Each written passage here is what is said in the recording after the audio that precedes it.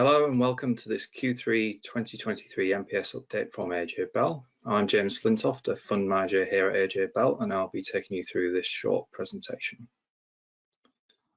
This presentation will give you a brief refresh of the AJ Bell's investment range before turning to the global economy and market performance in the quarter.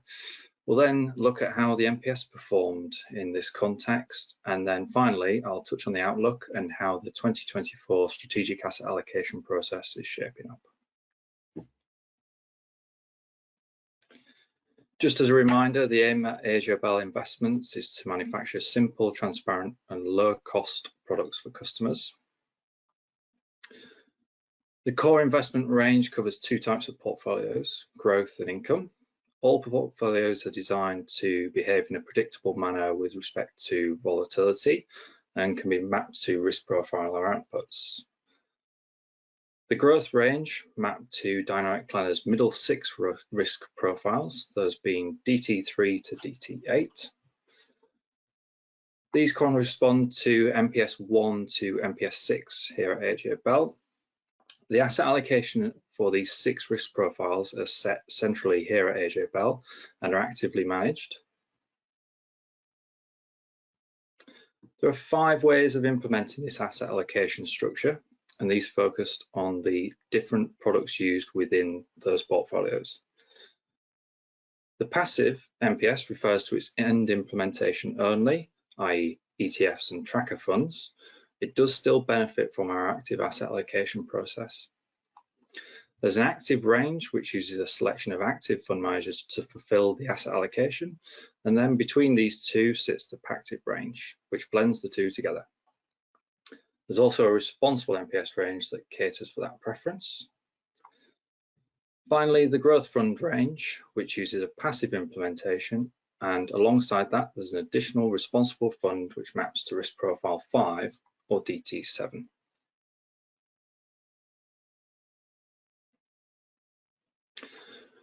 For income investors, we have two risk profiles, income and growth. The first, income, focuses on generating income whilst maintaining capital value, whilst income and growth focuses on generating income and growing the capital. These can be implemented in passive and active forms and via the two AJ Bell funds, forming 6 active portfolios. The retirement portfolio service is designed as a centralized retirement proposition to manage sequencing risk. It does so in a simple, transparent and understandable format. It is designed around 3 easy to understand buckets. The income and growth funds form the medium to long-term investments via a 45% allocation and aim to produce an income in the range of 3 to 5%. The portfolio also allocates 10% to cash at outset as a reserve to negate risk with regards to the first 2.5 years of income. The overall objective is to pay 4% income per annum, uplifted for inflation based on the initial capital value. The allocation between the 3 buckets is rebalanced according to a set of rules that are algorithmic in nature, with the aim of reducing sequencing risk further. Turning to the global economic backdrop, the picture looks a bit mixed, certainly with respect to a couple of countries such as the UK and across Europe. The encouraging news is that inflation has been flattening out, and some milder pricing has come across in the service sector. The chart on the right comes from the recent IMF World Economic Outlook and tries to give a sense of what's going on in quite a compact space. What we can see is that the service sector is starting to dip, certainly in the UK and Europe, and that's following the manufacturing sector, which has been in contraction for a number of months now. The US is still doing quite well. The employment data has been relatively strong and surprisingly so in some cases, but we've had some good news with respect to wages, which have started to cool and are now positive in real terms, which is a good thing. Across in China, the economic side of it looks pretty difficult, but they're also trying to stimulate the economy, which causes wild gyrations in the markets. What we're trying to focus on is the inflation outlook over there, because they can export deflation to the rest of the world, and actually producer prices are still negative over there, and CPI is pretty flat. And then when we look at exports, they've been negative for about 5 months now. Imports look even worse. Actually, they've only been positive year on year in terms of growth for 1 month this year, which is quite stark when you think the economy was meant to be reopening from COVID lockdowns late last year. When we look across wider emerging markets, they seem to be doing okay, actually. The dollar's been strong and it's not caused any problems over there. The euro-dollar system seems relatively healthy. Most of the credit restriction seems to have occurred in domestic markets, such as the UK and the US. On the inflation front, as I said, there's been some decent progress, although the CPI this week, the September figure, was a bit stubborn. But there's good news in key areas that were a concern, such as food, household goods and services. They're all moving in the right direction. During the quarter, the oil price was strong, and even more so post-quarter when the conflict with Israel and Gaza started. That's unwelcome because it'll introduce some noise into the data. We expect to see US and UK inflation converge a little bit, because it's likely that the US figure will come up a little bit, because in the US they have a much more direct relationship with the oil price, in that petrol prices or gas prices rise and fall with the oil price on a near one-for-one basis, whereas in the UK we've got a big buffer in terms of tax, so we don't see quite as much impact. That'll be unwelcome as we try to unpick the situation, but we'll still be focusing on the core components of inflation, and I'm sure the Bank of England will be doing as well. Any rise in oil price and subsequent impact on the consumer should weaken demand, and over the longer term should also weaken inflation. So that might altogether be bad news. Looking at markets, quickly looking at volatility, there was an injection of volatility after the summer lull, as people came back to the desk. Particularly in bond markets, supply picked up. We got some moves across the yield curve that were quite dramatic, which we'll go into.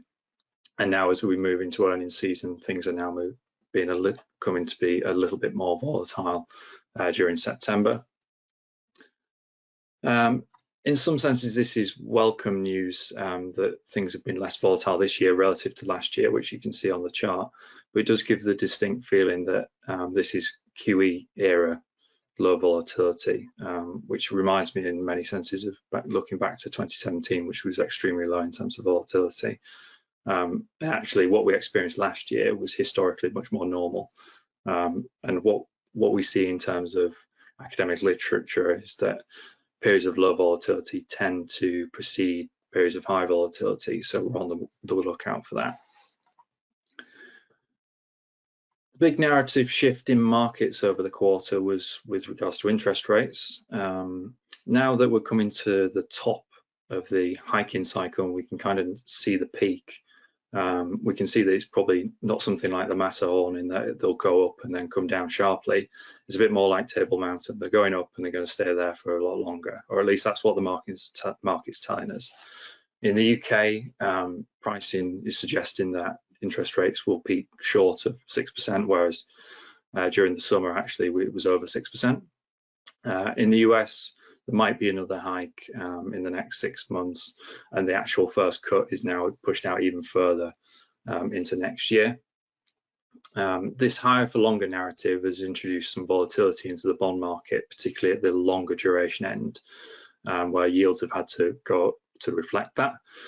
In the UK, we've had some historic moves in yields. They've gone a long way quickly, back to 5% on the 20 and 30 year, which actually, if you look at the data, you need to go back to the global financial crisis or even the early 2000s to see these rates. Now, what we're not saying is that this isn't normal and it won't persist. We're just acknowledging that things have changed very quickly, and everybody's behavior needs to change accordingly. And we haven't been conditioned for these interest rates over the last 15 years, so there could be some turbulence in that respect.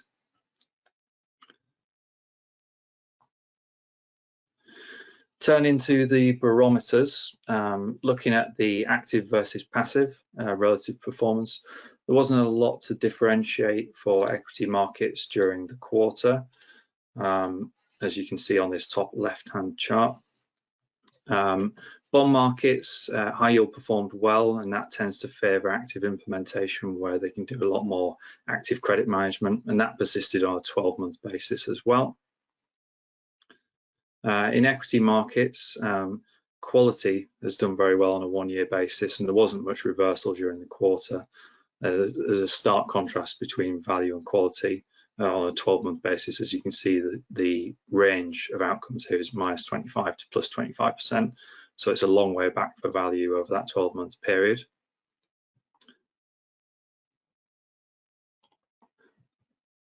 For the range versus peers, we tend to have a greater portion of the fixed income book unhedged, and therefore a falling value of the pound was a tailwind during the quarter.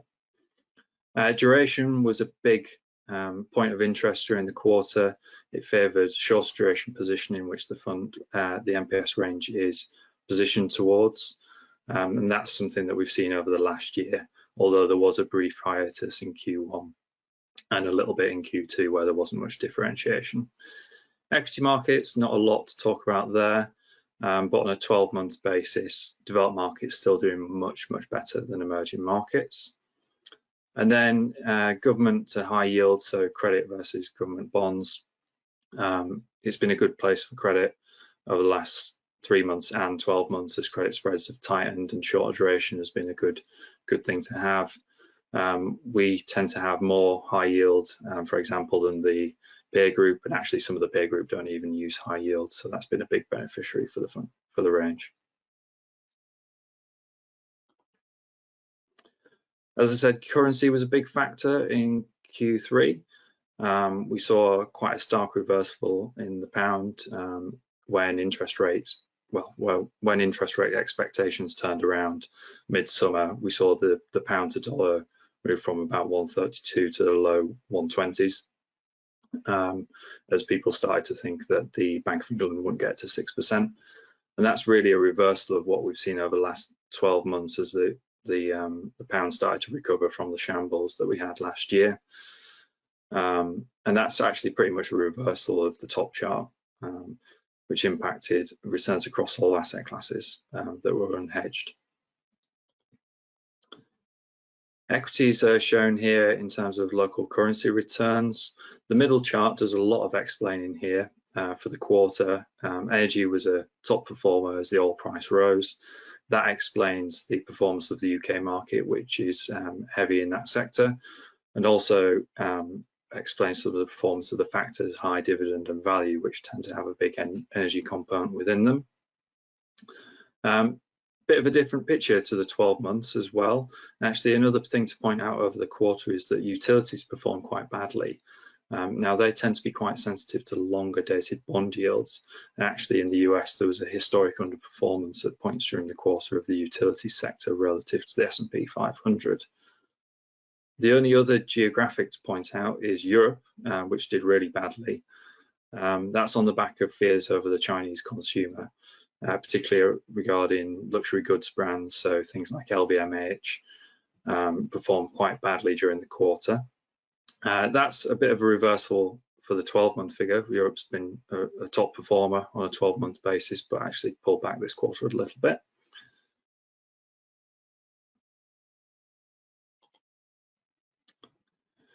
Bond markets, as I said, was all about duration. We have had a couple of calmer quarters, and then all of a sudden longer duration was caught out again, as you can see here, 10+ years doing pretty badly. The belly of the curve did okay actually this time, and these are actually in order in terms of maturity, looking at this chart this time around. Shorter duration was good as those Bank of England rate expectations came in. Shorter dated bonds performed well, and that was a beneficiary for the range. Credit performance was good generally. Credit spreads tightened during the summer. There was a bit of more volatility towards the end of the quarter, but generally they weathered that. And that's a similar theme on a 12-month basis, really. Government bonds really been hurt by the duration stance, and you can see that here. So looking at MPS performance, overall currency dominated some of the returns, and that kind of flattened the returns over the quarter across the range. MPS 6 fell a bit short due to lower UK equity exposure. It's heavy in emerging markets. Across 1, 3 and 5 years, the returns look pretty graduated in terms of the level of risk taken. And finally, on the income range, they've performed quite well because income implementations tend to have a higher energy exposure. Similar story on the active side. These have actually done pretty well over the quarter, as active managers tend to have less concentrated portfolios than benchmarks, and that lends them to having a little bit more in energy sectors or a value bias at times. Similar on the 1 and 3 years, good graduation of returns. The active 1, 2 and 3 have actually outperformed passive 1, 2 and 3 on a 1-year basis. That's because active fixed income managers tend to do well in quite this kind of environment where bond yields are quite volatile. Passive is just a blend of the two, so not a great deal to comment on there. Now, looking at the economic outlook, not a lot has changed relative to last quarter. Inflation is still closely watched. There's obviously going to be some volatility in that due to the oil price. We need to focus on the core components of where they're heading. The soft landing debate in the US has kind of developed into whether or not the US can have a soft landing whilst the UK and Europe has a possible hard landing. Some of the data in the UK and Europe at the minute, as we've said, looks pretty bad, whereas the US looks pretty good. So it's still a question mark whether or not the UK is going to carry on, US is going to carry on powering ahead, and we're not going to see the same impact of monetary policy. The new interest rate regime has been debated quite a lot. This higher for longer mantra within bond markets has really taken off. In our view, we're really just returning to normal, and we're not actually taking a view on whether or not this will persist or bond yields will come down sharply. We just have to be mindful of the market pricing of that and how we manage portfolios now that we're into an environment that looks much more like the pre-GFC era. Geopolitics, as we said last quarter, a constant factor. Does feel like we're seeing a bit of an acceleration of events, certainly post Russia invading Ukraine, now with the conflict in Israel and a potential widening across the Middle East. These are factors that are really difficult to predict or nigh impossible. And then further to that, it's really difficult to manage a portfolio around them specifically. We do stress test the asset allocations of the portfolios for various shocks, and that's because we don't feel we can manage specifically to these risks.